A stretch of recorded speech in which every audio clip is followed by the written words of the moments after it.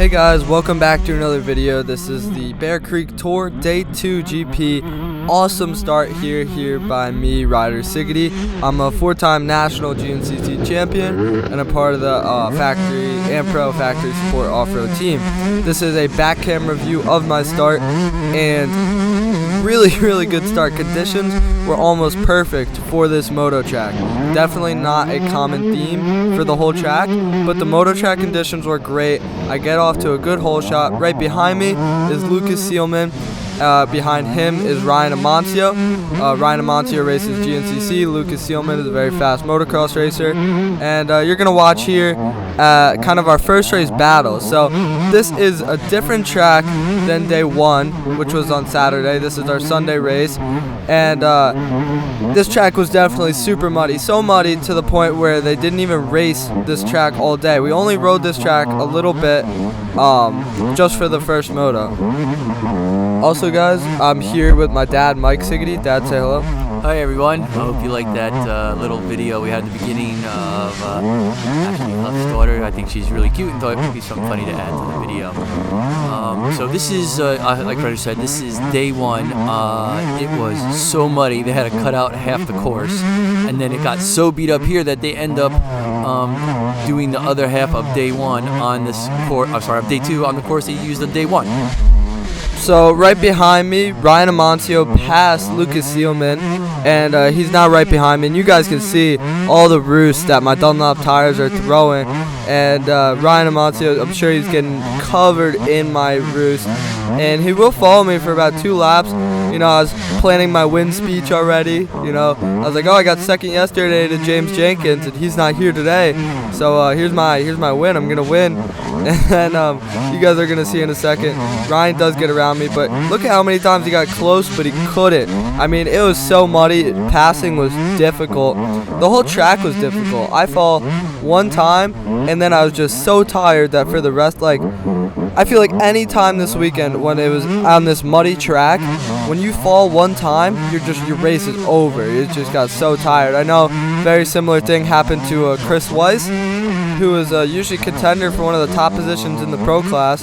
He was in second place, close to the lead, fell one time, and then his race was just over from there. He was tired, he was making mistakes, but a really good rider, just shows how fast it can go away. Ryan Amancio side by side there. The bikes are screaming. My heart rate is probably screaming even worse though. I'm pretty sure. And the camera does get a little dirty here, but Ryan got around me. And as far as this moto goes, I ended up finishing second in the Dash for Cash 125, I believe. No, third to Chris Weiss, who also passed me a little later. But that didn't get on GoPro, just this part here, where we are battling, and that's where Ryan makes the pass, I believe. Yeah, we're really lucky to have this back camera because it is so difficult to get good footage on a muddy day. I don't think you're going to see anyone else with decent footage. Here's our next stop, our next moto. So this is Moto 1 of Pro. You see Thorne Devlin, complete wacky start all the way to the right side of the track, then the left side of the track, and then Ryan Amancio also gets in front of me on the start. And then for some reason, I don't know if I let him go, if he got in front of, oh, I didn't let him go. He got in front of me, but he got up on the inside. A Ranger gets on the inside of me on the start too. And right now, I don't feel like I'm in a bad position. All the guys in front of me, or at least most of the guys in front of me, I don't have a problem beating me. So it's honestly a little worrying. I'm like, okay, the only place I can really go from here is backwards. But you're going to watch, this is a really good moto for me. A lot better than my day 1 motos went. This is day 2. And I do end up making some good positions and having some good battles during this moto. You see, this is the extreme section. So this is actually the day 1 track still. But because it was so muddy, they just ran the track both days. And they had a separate extreme section, which is like their hard enduro section that they have at every race. Right behind me is Chris Weiss, who I was talking about earlier, by the way. And they had a separate extreme section for day 1 and day 2. But since they ran the day 1 track on day 2, we just ended up running both. So it was a lot of extreme sections, if what I said made any sense. Hopefully it did. So last race Ryder did, last video, day one, he briefly touched upon something, but I really just wanted to express how impressed and proud I am of him. Jared Stoner came up to him during this day, day two, and said, "You broke a 21-year-old record, which I set 21 years ago by winning a ECEA Hare Scramble on a 125, and good luck, I hope your record stands another 21 years." Because this is TOR, but the previous week he raced ECEA, and as I just said, overall on the 125, so that would be pretty neat. I mean, 21 years from now, man, you could almost have a kid racing. Yeah, maybe. But right here, Chris Weiss is right behind me. We're battling. Track conditions were really good, I'd say, once we moved back to this day one track. It was soft. It got a little choppy, but I mean, it was super fun the whole time. Well, I'm getting all confused here with day one, day two, track one, track two, but let's just see if we can simplify this. This is the second day, the last moto, right? No? Okay. Who's on first? Wait, it could be. No. It is the last moto. So, you're right. Sorry. Everything was so muddy that I decided not to run my GoPro during Moto 1 of the race.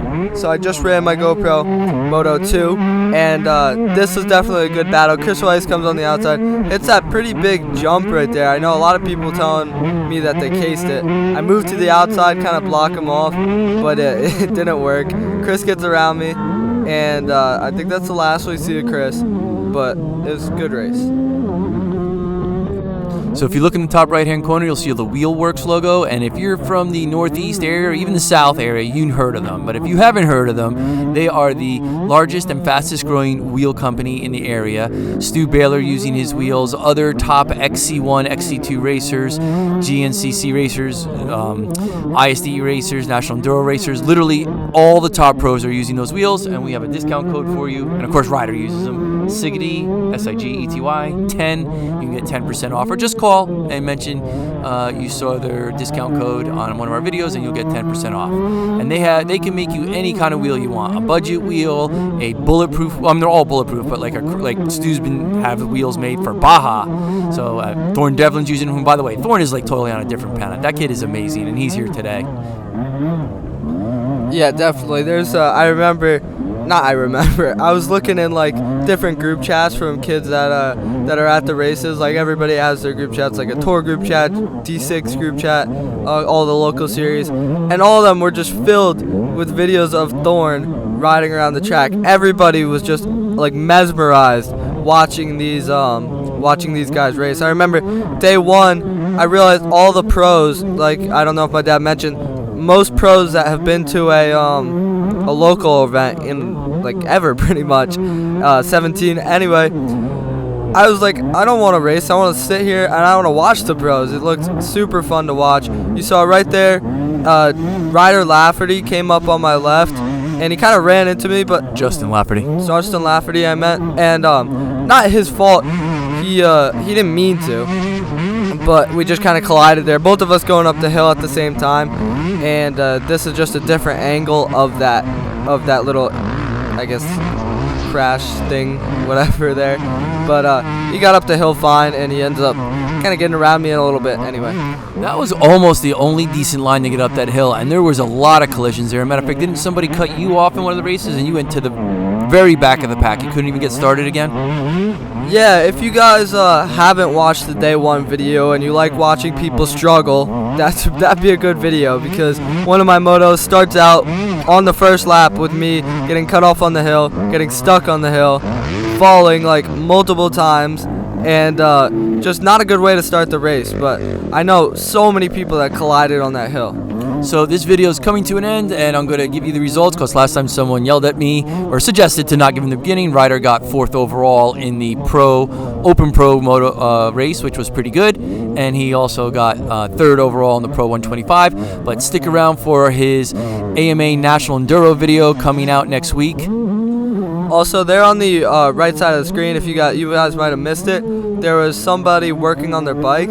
Thorne Devlin, who we were just talking about, who his chain kept popping off the bike. So he passed me, or he beat me in the whole shot. He was ahead of me, his chain popped off. Now he's ahead of me again because he caught me, and this will happen 1 or 2 more times just because of how many times it was popping off. So yeah, with these super muddy days, it's a little hard to tell the complete story in chronological order because the mud goes on the camera. You can't use the mud. You can only use the back camera. You can't use the front camera. But we're trying to give you some good entertainment. And if you do like it, as I always say, please like, subscribe, comment, and notify. Yeah, definitely. Here is another. You see Thorn is on the right. His chain fell off. I make the pass. And this is just another one of the super muddy sections that was on the, I guess, the day 2 course. But they tried to cut out as much of that stuff as they could, but that's kind of what it really was like for the most part. There, Thorn was passing me again, so I moved over to the left. If you guys replay that, I almost went over the handlebars. I was scared so bad when I came over that hill, that little jump on the left, and there was a kicker. You guys saw me almost go over the handlebars, but yeah, so again, like, subscribe, comment. Get ready for a awesome National Enduro video, one of your highest view videos. Oh, what's that? There was Ranger Emmons on the side of the track. This is the last lap. Kyle Grenowitz and I come into a end of the race battle. Battled with Kyle this weekend more than I probably have ever battled with him in my life. And we battled for last place and a pretty good place here. It was so much battling, but didn't really matter if he passed me or if he didn't pass me, but I know we were still both going as fast as we could, and you're going to see in a little bit, he does make the pass on this last lap. Oh wait, no, we don't see him make the pass, because this is what happened. My GoPro fell down. I thought this was kind of cool footage a little bit though. See how much I'm paddling with my feet? It was treacherous. I always hate when I was like, oh man, good when there's no camera on my feet. People won't be able to see it when the camera's in front of me. Yeah, right? I'm like paddling the entire track. It's almost embarrassing. Thankfully, the GoPro goes completely gone. But this is just the angle where Kyle passes me on the last lap, like 4 turns from the finish. You know me, I like to get past there, so I made it happen. And that was pretty much it for the weekend. The race ended. Good weekend. Like I said, or like my dad said, make sure you check out the video next week, and we'll see you there. Bye. Bye.